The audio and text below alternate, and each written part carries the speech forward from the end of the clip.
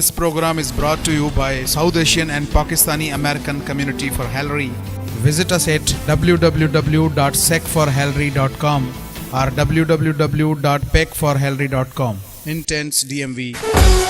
Sunidhi Chauhan, Ayushman Khurana, live in concert.